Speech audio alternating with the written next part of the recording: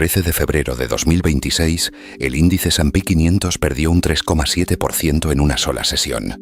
La causa: el anuncio de nuevos aranceles del 60% a productos tecnológicos chinos. No es un caso aislado. Desde enero, las tensiones comerciales entre Estados Unidos, China y la Unión Europea han borrado más de $2 billones en capitalización bursátil global. Si tienes inversiones en bolsa, fondos indexados o planes de pensiones, esta guerra comercial te afecta directamente. Hoy analizamos con datos reales qué aranceles se han impuesto, qué sectores están sangrando, cuáles se benefician y, lo más importante, cómo proteger tu cartera en este entorno de incertidumbre geopolítica extrema. Antes de empezar, recuerda que este contenido es exclusivamente educativo e informativo. No constituye asesoramiento financiero ni recomendación de inversión. Recuerda que rentabilidades pasadas no garantizan rendimientos futuros. Toda inversión conlleva riesgo de pérdida de capital. Empecemos por los números concretos. Según datos oficiales de la Oficina del Representante Comercial de Estados Unidos, actualizados el 11 de febrero de 2026, los aranceles medios aplicados son los siguientes. China enfrenta tarifas que oscilan entre el 25 y el 60% dependiendo del sector, con una media ponderada del 45%. Este es el nivel más alto desde la guerra comercial de 2018. La Unión Europea está sujeta a mínimo aranceles del 10 al 25%, con una media del 15%, especialmente duros en automóviles y acero. México y Canadá, aunque protegidos parcialmente por el Tratado TEMEC, enfrentan aranceles puntuales del 10% en sectores estratégicos como semiconductores y energía. Pero hay más. La Tax Foundation, en su informe de seguimiento de aranceles del primer trimestre de 2026, documenta que Estados Unidos también ha amenazado con imponer tarifas del 50% a productos de Groenlandia si Dinamarca no negocia la venta del territorio. Aunque suene surrealista, estos anuncios generan volatilidad real en mercados. Además, el promedio arancelario efectivo de Estados Unidos ha pasado del 2,4% en 2025 al 7,1% en febrero de 2026, el nivel más alto desde 1946 según datos de la Comisión de Comercio Internacional. Esto no es teoría. Cada anuncio arancelario ha provocado caídas inmediatas en bolsas globales. El índice MSCI World perdió un 2% en enero solo por expectativas de escalada. El comercio global de bienes cayó un 2,8% interanual en el cuarto trimestre de 2025 según la Organización Mundial del Comercio. La primera contracción desde la pandemia. Los aranceles no afectan por igual a todos los sectores. Analicemos quién gana y quién pierde con datos de JP Morgan Global Research. Empecemos por los perdedores. El sector automovilístico es el más castigado.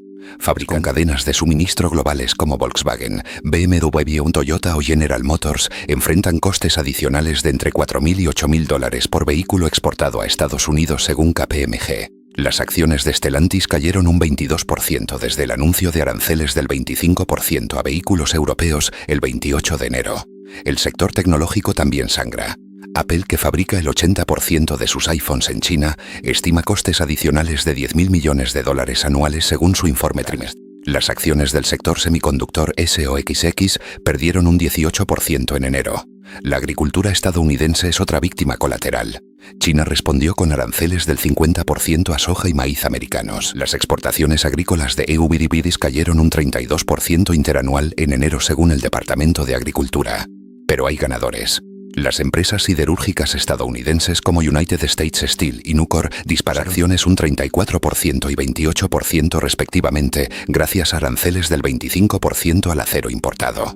Productores domésticos de químicos, textiles y manufacturas básicas también se benefician al reducirse la compra extranjera. El índice Russell 2000, que agrupa empresas pequeñas y medianas con menor exposición internacional, subió un 6% en febrero mientras el S&P 500 caía. La disparidad es brutal. Según Bloomberg, empresas del S&P 500 con más del 50% de ingresos internacionales tienen una valoración media de 23 veces beneficios, mientras las domésticas cotizan a 18 veces. El mercado ya está descontando el impacto. Cada anuncio arancelario ha dejado su marca en el índice de referencia global. El 22 de enero, cuando la Casa Blanca confirmó aranceles del 60% a tecnología china, el S&P 500 cerró con una caída del 2,4%, su peor sesión desde octubre de 2020. El 28 de enero, el anuncio de tarifas del 25% a vehículos europeos provocó otra caída del 1,8%. El 5 de febrero, la amenaza de aranceles a productos farmacéuticos desplomó al sector salud un 3,1% en una sola jornada. Y el 13 de febrero, la escalada con China 3,7% del índice. En total, el S&P 500 acumula una caída del 8,3% desde los máximos de enero, cotizando en torno a los 7.000 puntos según datos de Bloomberg del 13 de febrero. La volatilidad medida por el índice VIX se disparó a 32, nivel de pánico moderado. Los inversores institucionales han retirado más de 52.000 millones de dólares de fondos de renta variable estadounidense en lo que va de año según datos de PRE Global. La concentración del mercado agrava el problema. Las 10 mayores empresas del 500 representan el 40% del índice. Si gigantes tecnológicos como Apple, Microsoft, Nvidia o Tesla sufren por aranceles, todo el índice tiembla. Este es el riesgo de invertir en fondos indexados tradicionales sin diversificación geográfica real. Los aranceles son, en esencia, un impuesto que pagas tú como consumidor. Cuando un iPhone fabricado en China entra a Estados Unidos con un arancel del 60%, Apple tiene 3 opciones: asumir el coste y reducir márgenes, subir precios al consumidor, o ambas. La historia nos dice que la segunda opción es la más común. Según estimaciones de la Reserva Federal de Nueva York publicadas en su informe de enero de 2026, los aranceles actuales podrían añadir entre 0,6 y 1,2 puntos porcentuales a la inflación estadounidense en 2026. La inflación general en Evo tipo Vito cerró enero en 3,1% interanual según datos del Bureau of Labor Statistics, por encima del objetivo del 2% de la Fed. En España, el Instituto Nacional de Estadística reportó una inflación del 2,8% en enero, presionada también desde importación. Esto pone a los bancos centrales en una posición imposible. Por un lado, la economía se desacelera por la guerra comercial. El PIB de la eurozona creció solo un 0,3% en el cuarto trimestre de 2025 según Eurostat, y las previsiones apuntan a un crecimiento anual del 1% en 2006. Por otro lado, la inflación repunta. El Banco Central Europeo mantiene tipos en el 2,5%, habiendo recortado solo 25 puntos básicos en su última reunión de enero, menos de lo esperado. La Reserva Federal pausó su ciclo de recortes en su reunión de enero, manteniendo tipos entre 4,5 y 4,75%. Para tu cartera, esto significa que los bonos de largo plazo siguen bajo presión. El bono estadounidense a 10 años cotiza en torno al 4,3% y el alemán al 2,5% según datos de Bloomberg. La renta fija no ofrece refugio cuando hay estanflación en el horizonte. Llega la pregunta clave: ¿qué puedes hacer para proteger tu cartera? No hay soluciones mágicas, pero sí estrategias de mitigación de riesgo basadas en evidencia histórica. Primero, diversificación geográfica real. Si inviertes en un fondo indexado global, verifica su composición. Muchos fondos globales tienen un 60% o más en Estados Unidos. Considera aumentar exposición a mercados menos dependientes del comercio bilateral como India, cuyo índice Sensex subió un 9% en enero, o mercados emergentes asiáticos excluida China. El índice MSCI Emerging Markets ex China cayó solo un 1,2% versus el 4,2% del MSCI World en enero. Segundo, sectores defensivos. Utilities, salud doméstica, consumo básico y telecomunicaciones tienen menor exposición a comercio internacional.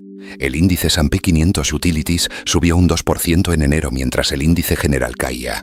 Son aburridos pero cumplen su función. Tercero, materias y oro como cobertura. El oro alcanzó máximos históricos por encima de $5.500 la onza el 12 de febrero, subiendo un 23% en lo que va de año según datos de Bloomberg, impulsado por compras de bancos centrales y demanda de refugio seguro. Las commodities agrícolas y energéticas también actúan como hedge inflación importada. Cuarto, empresas con producción local. Busca compañías que fabriquen y vendan en la misma región. Una empresa europea que produce y vende solo en Europa no sufre aranceles estadounidenses. El índice Stoxx Europe 600 doméstico superó en 3 puntos porcentuales al Stoxx X 600 en enero. Quinto, liquidez. Mantén entre 6 y 12 meses de gastos en efectivo o equivalentes. La volatilidad crea oportunidades de compra, pero solo si tienes munición seca. Los bonos del Tesoro estadounidense a corto plazo ofrecen rendimientos del 4,5% sin riesgo de crédito. Sexto, paciencia. Las guerras comerciales generan ruido, pero rara vez cambian tendencias de largo plazo. La guerra comercial de 2018 a 2019 causó caídas del 20% que se recuperaron en 12 meses. Si tu horizonte es superior a 5 años, estas caídas son descuentos, no desastres. La guerra comercial de 2026 no es un titular más. Es un cambio estructural en el orden económico global que afecta directamente a tu cartera. China enfrenta aranceles del 45% de media, Europa del 15%, y sectores como automoción y tecnología están en turbulencia. El S&P 500 ha perdido un 8,3% desde máximos, y la volatilidad seguirá alta mientras continúen los anuncios. Pero recuerda, volatilidad no es lo mismo que riesgo permanente. Si diversificas geográficamente, te refugias en defensivos, mantienes liquidez y piensas a largo plazo, estas crisis son oportunidades. Los mejores retornos históricos se consiguen comprando cuando hay miedo generalizado.